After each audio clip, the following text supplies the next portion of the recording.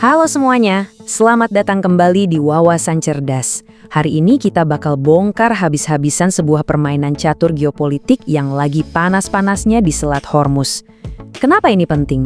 Karena krisis ini bukan cuma ancaman serius buat IHSG, tapi juga kalau kita jeli, ada peluang besar yang tersembunyi di baliknya. Khusus buat Anda semua, para investor saham, pembahasan kali ini super krusial. Soalnya besar kemungkinan apa yang kita bahas ini adalah biang kerok yang lagi bikin portofolio kita semua merah merona sekarang. Pasti pada ngerasain kan? Awal tahun kita optimis banget, IHSG susah payah tembus 9.000, tiba-tiba longsor bebas ke 7.000 cuma dalam 2 bulan. Pusing kan? Nah pertanyaannya, ini gara-gara apa sih sebenarnya? Yuk kita bedah sampai ke akarnya.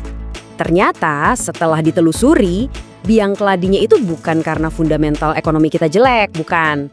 Akar masalahnya itu datang dari badai yang lokasinya ribuan kilometer dari Jakarta. Sebuah badai yang dipicu oleh intrik geopolitik di Timur Tengah sana. Dan pusat dari semua kekacauan ini ada di satu titik, perairan sempit bernama Selat Hormuz. Kenapa satu selat ini bisa bikin geger seluruh dunia? Gampangnya gini, Selat Hormuz itu ibarat urat nadi utama buat pasokan energi global. Jadi kalau di sini ada masalah sedikit aja, getarannya itu terasa sampai ke seluruh planet, termasuk langsung ke bursa saham kita. Nah, biar kebayang segimana pentingnya, coba lihat angka ini.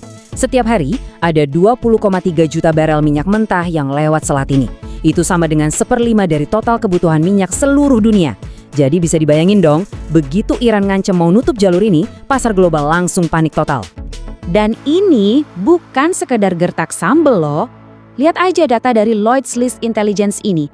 Aktivitas kapal yang tadinya normal 100% langsung anjlok, terjun bebas ke angka 19%. Turun 81%. Kenapa? Karena ratusan kapal tanker raksasa itu terdampar. Nggak berani lewat karena nggak bisa dapat asuransi perang.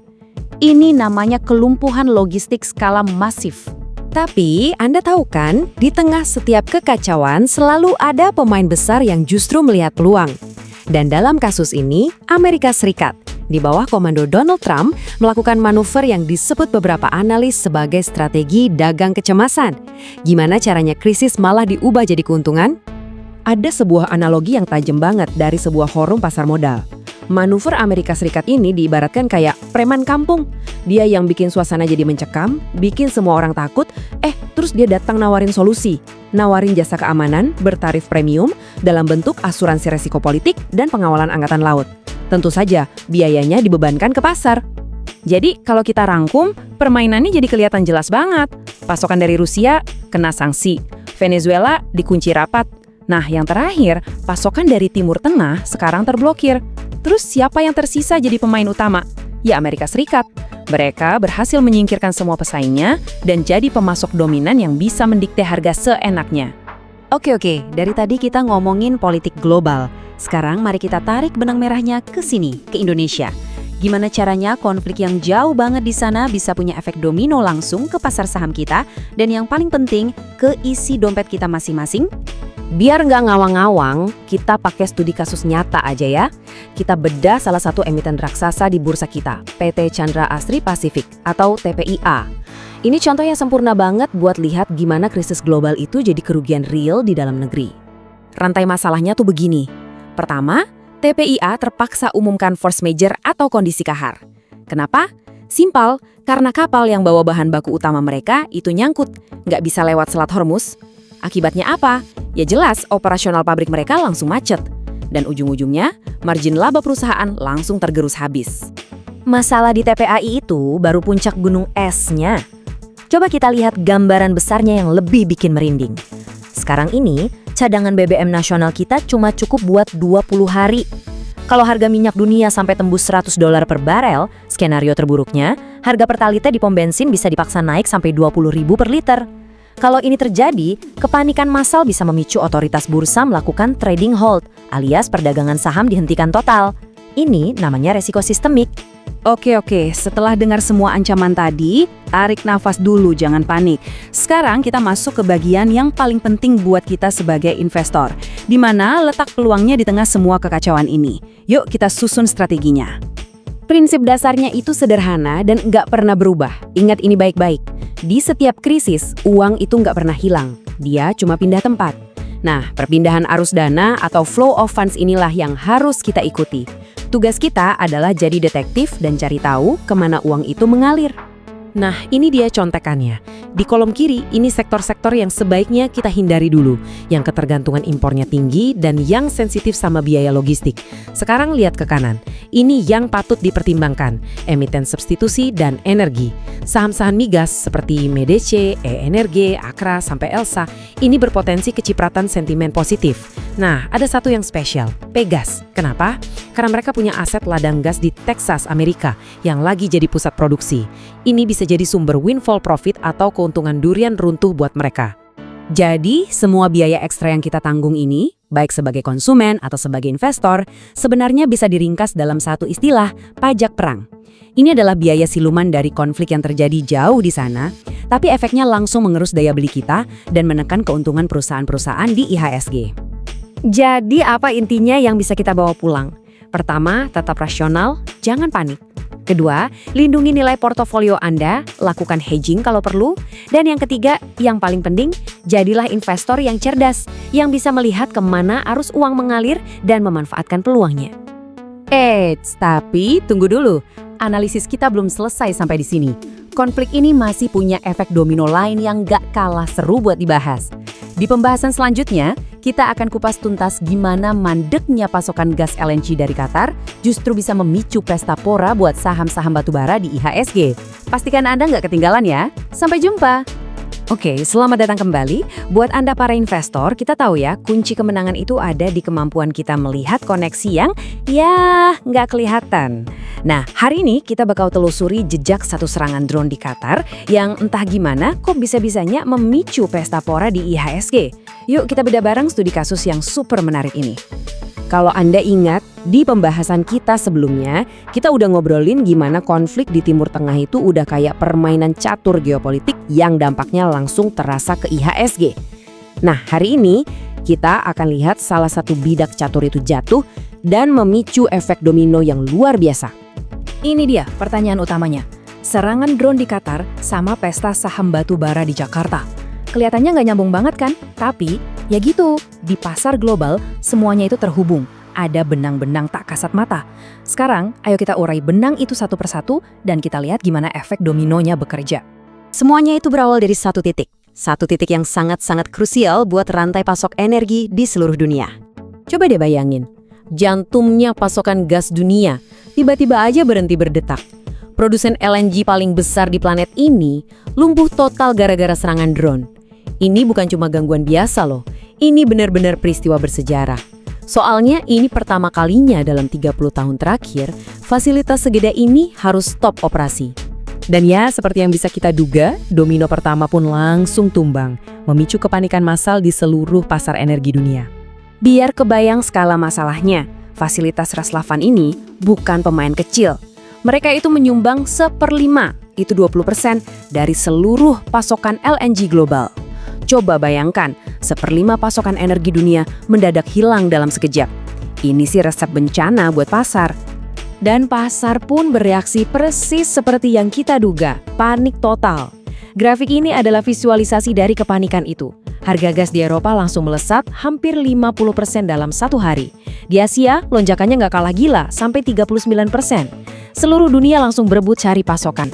Kepanikan ini memaksa negara-negara industri buat mikir cepet. Oke, gas nggak ada. Terus gimana? Gantinya apa? Mereka langsung beralih ke sumber energi cadangan yang paling bisa diandalkan. Domino kedua pun jatuh, mengarah ke emas hitam, alias batu bara. Kita ambil contoh Taiwan ya. Diagram ini nunjukin betapa rentannya mereka. Hampir 1/4 kebutuhan energi mereka di tahun 2023 itu dipasok oleh gas alam. Bisa dibayangin dong gimana gentingnya situasi mereka waktu pasokan LNG tiba-tiba hilang? Jadi apa yang mereka lakukan? Ya mereka tekan tombol darurat.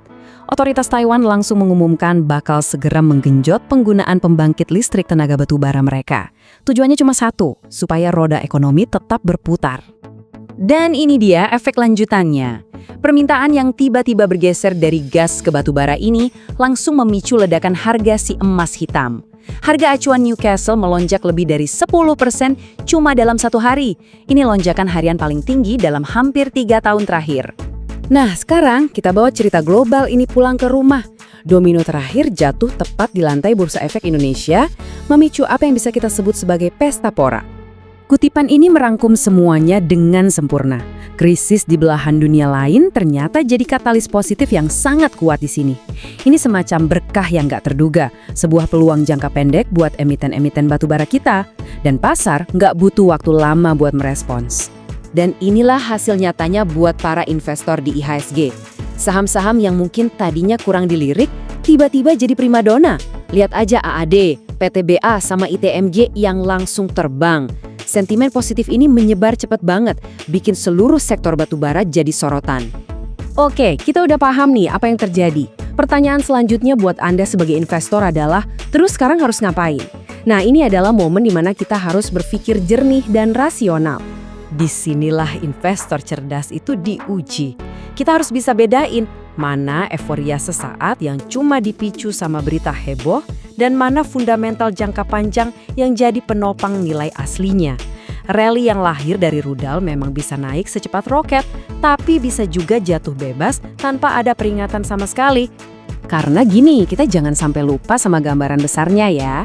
Di balik euforia sesaat ini, tren energi hijau itu kan jalan terus. Artinya apa?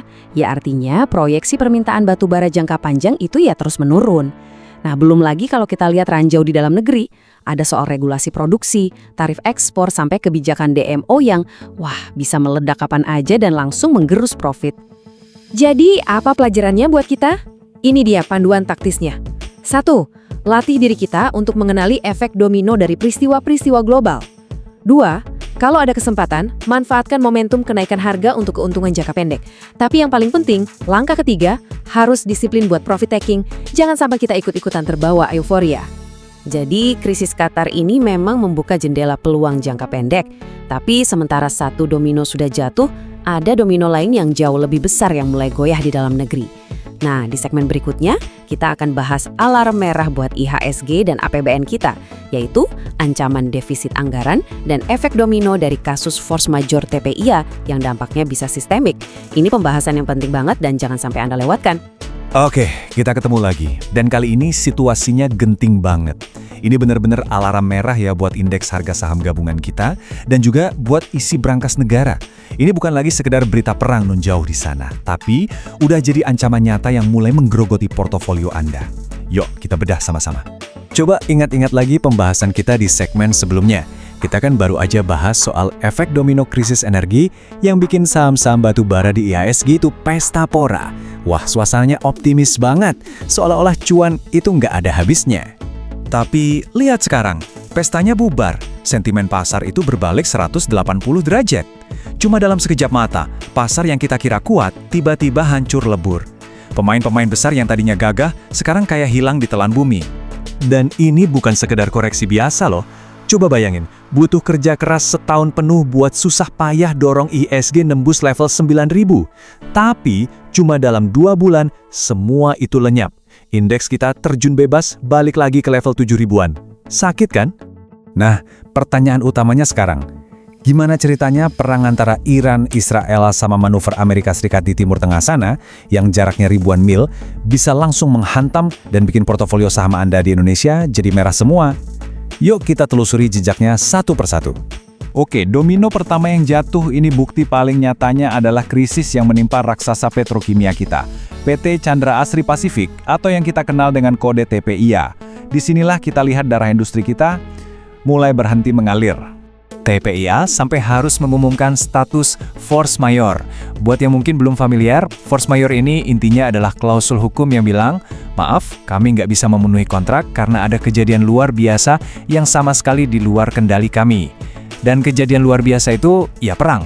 Nah, krisis di TPI ini terjadi karena kapal yang bawa bahan baku utama mereka, namanya feedstock, itu nyangkut, nggak bisa lewat Selat Hormuz yang diblokade. Analoginya pas banget. Di industri petrokimia, feedstock ini benar-benar kayak aliran darah. Kalau pasokannya macet, ya udah, jantung industrinya berhenti berdetak. Jadi, rantai krisisnya jelas banget. Ada konflik, Selat Hormuz diblokade, kapal bahan baku kejebak, dan pabrik TPIA langsung megap-megap. Produksi anjlok, jadwal berantakan, dan yang paling fatal buat kita para investor, margin laba perusahaan langsung anjlok drastis. Ini pukulan telak. Kita lanjut lagi ya. Masalah ini tuh nggak berhenti di gerbang pabrik TPIA aja. Efek dominonya merembet cepat banget mengancam seluruh rantai pasok domestik kita. Iya, dari pabrik sampai ke meja makan Anda di rumah. Gini alurnya, TPIA itu kan hulu. Produknya jadi bahan baku buat industri plastik. Plastik jadi kemasan buat produk-produk konsumer yang kita beli tiap hari. Nah, kalau pasokan dari hulu macet, harga di hilir pasti naik. Dan siapa korban paling ujungnya? Ya kita semua. Daya beli masyarakat yang kena. Kondisi ini bikin perusahaan-perusahaan FMCG dihadapkan pada pilihan yang sulit banget. Mau naikin harga jual, atau ukurannya dikecilin tapi harganya tetap, yang kita sering sebut shrinkflation itu, atau ya udah pasrah aja laba bersihnya kepotong. Nggak ada pilihan yang enak di sini, baik buat konsumen maupun buat investor. Sekarang, ayo kita lihat gambaran yang lebih besar lagi. Dari krisis satu perusahaan, kita geser ke ancaman buat anggaran pendapatan dan belanja negara APBN kita. Ini bisa jadi semacam kiamat kecil buat brankas negara. Dengerin ini deh, menurut Menteri Bahlil, cadangan BBM nasional kita sekarang cuma cukup untuk 20 hari ke depan. 20 hari! Coba bayangin skenario terburuknya. Kalau konflik ini nggak reda, logistik nasional bisa lumpuh. Negara kita bisa terancam krisis mobilitas yang parah. Posisi kita ini makin kejepit sama yang namanya jebakan energi Amerika. Jadi secara geopolitik, akses kita ke minyak murah dari Rusia, Venezuela, atau Iran itu udah ditutup. Mau nggak mau kita harus ngantri beli minyak dari Amerika atau Kanada. Masalahnya ada dua, harganya jauh lebih mahal dan kita harus bayar pakai dolar AS yang nilainya lagi terbang tinggi. Kena double kan? Biar ancaman ini lebih kerasa nyata ya, kalau harga minyak dunia nembus $100 AS per barel, beban subsidi BBM kita bakal meledak. Pemerintah bisa terpaksa ambil keputusan yang nggak populer. Gimana jadinya kalau harga Pertalite yang kita isi tiap hari tiba-tiba jadi 15.000 atau bahkan 20.000 rupiah per liter? Inflasi bisa meroket nggak terkendali. Oke, setelah dengar semua ancaman tadi pasti pusing kan? Terus kita sebagai investor harus gimana? Nah, ini ada beberapa strategi buat melindungi modal Anda di tengah badai kayak sekarang. Pertama, dan ini penting banget, coba hindari dulu saham-saham dengan ciri-ciri ini. Perusahaan yang utang dolarnya gede. Perusahaan yang sangat bergantung sama bahan baku impor. Contohnya, farmasi. Dan emiten yang sensitif banget sama daya beli masyarakat, kayak retail, yang pasti bakal kepukul kalau orang-orang lebih mentingin beli bensin dan makanan. Dan tolong tahan diri Anda. Jangan keburu nafsu melakukan average down cuma karena harga sahamnya kelihatan murah. Kita harus sadar, ini bukan sekedar koreksi normal. Ada resiko sistemik yang besar banget yang masih mengintai selama krisis energi global ini belum selesai. Jadi, kita sekarang ada di persimpangan jalan. Ini badai yang harus kita tunggu sampai reda atau justru ada peluang tersembunyi? Mari kita simpulkan realita pahit di balik semua ini. Pada akhirnya, kalau ditarik benang merahnya, semua ini berawal dari satu hal, sebuah konflik yang digerakkan oleh para elit politik di Washington dan Tel Aviv. Keputusan-keputusan yang mereka buat di ruangan yang nyaman, ternyata punya korban yang sangat nyata di sini, di Indonesia. Pabrik yang produksinya tersendat, para pekerja yang was-was, dan tentu saja, portofolio saham kita semua sebagai investor yang berdarah-darah. Itulah koneksi langsungnya. Tapi, seperti biasa, di setiap krisis selalu ada pihak yang diuntungkan. Dan ini membawa kita ke pembahasan selanjutnya. Kita bakal kupas tuntas soal pesta pora sektor energi di IHSG. Kita akan cari tahu, di mana sih letak potensi cuan di tengah hujan rudal dan monopoli minyak Amerika ini? Apa ada cara buat cari untung di tengah kekacauan? Pastikan Anda nggak ketinggalan pembahasannya. Halo, selamat datang kembali. Di pembahasan kita sebelumnya, kita udah ngomongin soal alarm merah buat IHSG dan APBN kita ya kan? Nah, hari ini kita bakal geser fokus.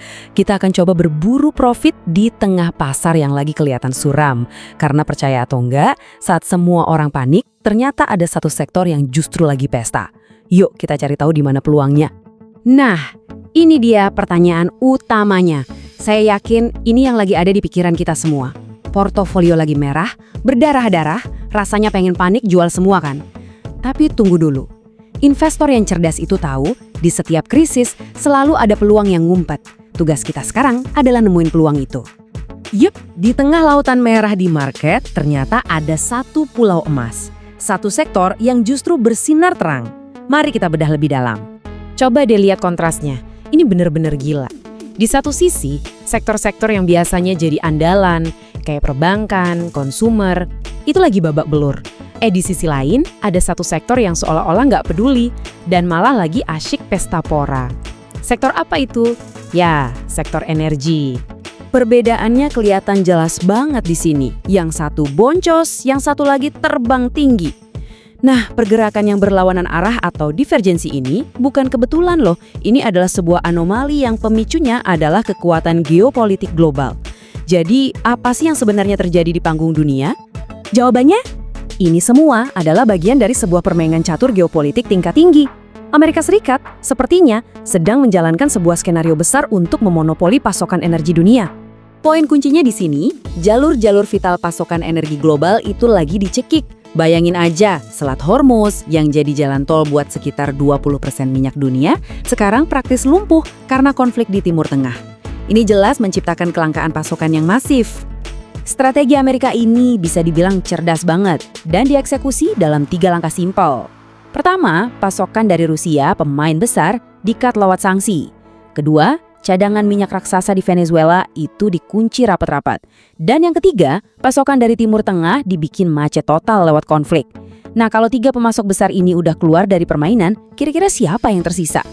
Jawabannya, ya Amerika Serikat itu sendiri. Situasi ini praktis mengubah Amerika menjadi satu-satunya supermarket energi di dunia. Cuma mereka satu-satunya penjual besar yang aman dan bisa diandalkan. Kalau Anda jadi satu-satunya penjual, apa yang terjadi? Tentu saja Anda yang pegang kendali harga. Dan dampaknya ke harga? Wah, ini yang bikin menarik. Karena pasokan langka, harga minyak mentah sangat berpotensi buat meroket lagi. Bisa jadi balik ke level $100 per barel. Buat produsen minyak di Amerika, ini ibarat dapat durian runtuh, keuntungan yang luar biasa besar, atau istilahnya windfall profit. Oke, pertanyaannya sekarang, gimana caranya kita yang di Indonesia ini bisa ikutan pesta ini? Gampang, logikanya sederhana banget. Kalau harga minyak dunia meroket, ya otomatis emiten-emiten minyak dan gas di IHSG juga bakal ikut kecipratan untung gede. Terus siapa aja nih pemainnya di bursa kita? Secara garis besar, kita bisa bagi jadi 2 kelompok. Pertama, ada sektor hulu atau upstream. Ini perusahaan yang kerjaannya ngebor minyak dari perut bumi, contohnya kayak MEDC atau energi. Kedua, ada sektor tengah atau midstream. Mereka inilah yang ngurusin logistik sama distribusinya, misalnya Akra dan Elsa. Dua-duanya sama-sama diuntungkan. Tapi, di antara semua yang untung ini, ada satu perusahaan yang punya kartu as. Punya keunggulan yang unik banget dan kuat, yang perlu kita perhatikan baik-baik. Perusahaan itu adalah PT Perusahaan Gas Negara, atau yang kita kenal dengan kode saham PGAS. Disinilah letak jeniusnya posisi PGAS. Coba bayangin ya, saat negara-negara lain itu lagi pada antri berebut beli energi dari Amerika dengan harga premium, PGAS justru udah punya sumur cuannya sendiri di sana. Lewat aset mereka di Texas, mereka ada tepat di jantung supermarket energi. Ini artinya aset mereka nggak cuma aman dari konflik, tapi juga menghasilkan pendapatan dalam dolar AS yang kita tahu lagi perkasa banget sekarang. Nah, lonjakan harga energi ini sebetulnya baru domino yang pertama jatuh. Kalau biaya energi naik, pasti industri-industri lain bakal kena imbasnya. Investor yang jeli udah mulai mikir, kira-kira setelah ini uang pintar atau smart money bakal lari kemana ya? Setidaknya ada 2 sektor yang jadi sorotan utama. Yang pertama, aluminium. Kenapa? Karena produksi aluminium itu butuh energi yang luar biasa besar. Jadi, harga aluminium bisa jadi ikut naik. Yang kedua, batu bara. Ini adalah alternatif paling logis dan paling murah saat gas alam jadi langka dan mahal. Jadi, besar kemungkinan modal besar bakal lari ke 2 sektor ini berikutnya. Oke, sekarang mari kita tarik benang merahnya. Kita rangkum semua ini jadi sebuah strategi yang jelas dan bisa kita pakai untuk portofolio kita. Jadi, apa artinya semua drama global ini buat kita sebagai investor? Nah, di sini kita harus bisa membedakan 2 hal. Bagi ekonomi makro Indonesia secara keseluruhan, situasi ini bisa jadi mimpi buruk. Resiko APBN jebol, inflasi, dolar makin mahal. Tapi, bagi portofolio Anda, ini justru bisa jadi sebaliknya. Saham-saham energi tadi bisa Anda gunakan sebagai tameng, sebagai hedge untuk melindungi nilai aset Anda dari resiko-resiko makro tersebut. Kutipan dari sumber analisis kita ini, menurut saya, menangkap dengan sempurna mindset yang kita butuhkan sekarang. Ini bukan saatnya untuk panik, ini adalah saatnya untuk menjadi seorang pemburu momentum yang cerdas di tengah situasi yang kelihatan kacau. Dan inilah pertanyaan jutaan dolarnya. Gimana caranya kita bisa bedain mana tren fundamental yang beneran kuat dan mana yang cuma euforia sesaat yang bisa hilang dalam sekejap? Karena kalau salah langkah, bisa fatal akibatnya. Nah, jawaban lengkap untuk pertanyaan ini akan kita bedah tuntas di pembahasan kita selanjutnya, yaitu tentang mindset momentum hunter. Sampai jumpa di sana! Halo, apa kabar? Ketemu lagi nih. Di pembahasan sebelumnya kan kita udah lihat gimana pesta pora sektor energi itu terjadi. Nah, hari ini kita bakal masuk lebih dalam lagi ke sesuatu yang menurut saya jauh lebih penting, yaitu mindset. Gimana sih caranya kita berpikir kayak pemburu momentum yang cerdas di tengah pasar yang lagi gonjang-ganjing kayak gini? Yuk kita bedah bareng-bareng. Oke, sekarang coba kita lihat deh kondisi pasar yang ada di depan mata kita. Ini benar-benar kayak langit dan bumi. Di satu sisi, kita punya saham-saham raksasa, ya kan? Kayak perbankan sama konsumer. Kondisinya, wah lagi ancur-ancuran. Investor asing pada kabur, dan harganya ya gitu deh terjun bebas. Tapi, coba lirik sisi satunya, sektor energi. Di tengah kekacauan yang sama, mereka ini malah kayak lagi pesta pora, terbang tinggi seolah-olah nggak ada beban. Beda banget kan? Kontrasnya itu loh, tajam sekali. Dan ini bukan sekedar koreksi biasa ya. Bayangin aja IHSG kita itu longsor dari level psikologis 9.000, balik lagi ke 7.000, dan itu cuma butuh waktu 2 bulan. Cepet banget. Ini kejatuhan yang sangat drastis, jelas dipicu kepanikan soal perang dan dana asing yang keluar masif. Situasinya beneran lagi genting. Nah, disinilah kita sampai ke pertanyaan paling krusial. Pertanyaan yang jawabannya bisa menentukan nasib portofolio kita semua. Pesta di saham energi ini, apakah ini beneran awal dari sebuah tren fundamental yang kuat yang bisa kita ikuti? Atau jangan-jangan ini cuma euforia sesaat yang dipompa oleh berita yang siapapun bisa berbalik arah dan ngejebak kita yang telat masuk? Oke, sekarang kita bongkar mitos pertama yang paling sering kita dengar. Banyak banget investor retail yang mikir, oh ada perang, pasti harga energi naik terus. Padahal perang itu perannya cuma sebagai akselerator, sebagai pemicu. Dia bukan fondasi yang bikin tren itu kokoh dalam jangka panjang. Poin ini penting banget, tolong dicamkan. Coba deh kita lupain dulu semua noise dari berita-berita. Harga komoditas, mau itu minyak atau batu bara, itu pada dasarnya cuma gerak karena satu hal, pergeseran ekspektasi antara supply dan demand. Dan yang paling penting, pergeseran itu harus divalidasi oleh aliran dana masif dari para pemain besar. Nah, itulah mesin penggerak yang sesungguhnya. Nah, ini dia checklistnya. Anggap aja ini contekan yang harus selalu Anda pegang. Tren energi yang sehat itu butuh 3 syarat mutlak. Pertama, harus ada ancaman yang beneran nyata ke pasokan, bukan cuma rumor ya. Kedua, permintaan global harus tetap kuat, nggak boleh loyo. Dan yang ketiga, ini yang paling krusial, harus ada konfirmasi dari uang besar yang masuk dan mulai akumulasi. Tanpa 3 ini, perang cuma bakal bikin harga loncat sesaat. Sekarang, kita pindah ke jebakan kedua, yang seringkali lebih bahaya, media sosial. Wajar sih, pas pasar lagi gak pasti, kita jadi cari-cari pegangan dari para influencer. Tapi, ingat, keramaian yang mereka ciptakan itu belum tentu berarti kekuatan pasar yang sebenarnya. Coba deh, resapi aturan emas ini baik-baik. Tren pasar yang sesungguhnya itu nggak dibentuk sama cerita-cerita heboh atau ajakan ayo beli di media sosial. Tren yang valid itu cuma terjadi kalau kendali pasar benar-benar udah pindah tangan ke para pemain institusional yang punya duit gede. Titik. Bedanya tuh jelas banget. Di satu sisi, ada keramaian retail. Transaksinya cepat, heboh, tapi sering banget malah jadi ajang buat buang barang. Di sisi lain, ada akumulasi institusi. Prosesnya itu rapi, stabil, dan dia mendorong harga secara bertahap tapi berkelanjutan. Nah, inilah DNA dari sebuah tren yang sehat. Pertanyaannya sekarang, gimana caranya kita sebagai investor bisa membaca DNA tren yang sehat ini?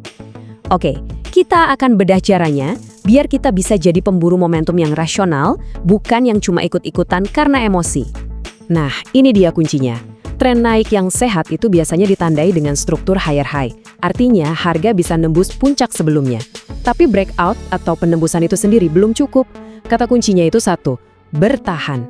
Breakout itu baru sah kalau harganya bisa membuktikan dia nyaman dan bisa bertahan di level harga yang baru itu. Coba perhatikan bedanya.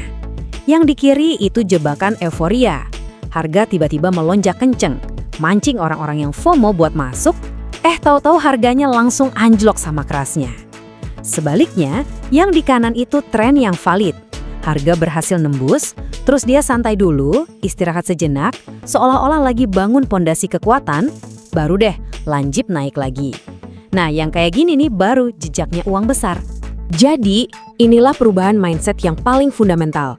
Kita harus berhenti terpesona cuma sama kecepatan harga yang melesat. Mulai sekarang, yuk kita fokus pada kualitas dorongan di belakangnya. Apakah dorongan naiknya itu stabil, konsisten, dan yang penting, mampu bertahan nggak? Itu pertanyaan yang jauh lebih penting. Baiklah, setelah kita bahas panjang lebar, sekarang mari kita rangkum semuanya jadi sebuah kesimpulan strategis yang bisa langsung Anda pakai dalam analisis Anda ke depannya. Oke, ini dia fokus Anda sebagai investor yang cerdas. Pertama, stop tebak-tebakan berita, nggak akan ada habisnya. Kedua, analisis datanya, lihat apakah struktur supply dan demand itu beneran berubah secara fundamental. Ketiga, lacak jejak uang besar, apakah mereka beneran takumulasi secara konsisten? Dan terakhir, yang paling utama, jadikan logika dan struktur pasar sebagai panglima, bukan rumor, apalagi rasa takut. Dan sebagai penutup, kami perlu sampaikan ini dengan sangat jelas. Semua analisis yang kita bahas hari ini, tujuannya murni untuk edukasi dan membangun kerangka berpikir. Ini sama sekali bukan ajakan untuk menjual atau membeli saham apapun. Ingat, semua keputusan investasi dan segala risikonya adalah tanggung jawab penuh Anda masing-masing. Saya akan tinggalkan Anda dengan satu pertanyaan terakhir untuk direnungkan. Nanti, ketika hiruk-pikuk berita perang dan euforia di media sosial itu akhirnya reda, coba tanyakan pada diri Anda.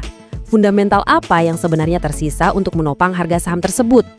Jawaban dari pertanyaan itulah yang akan memisahkan antara spekulasi dan investasi yang cerdas. Sampai jumpa di analisis berikutnya.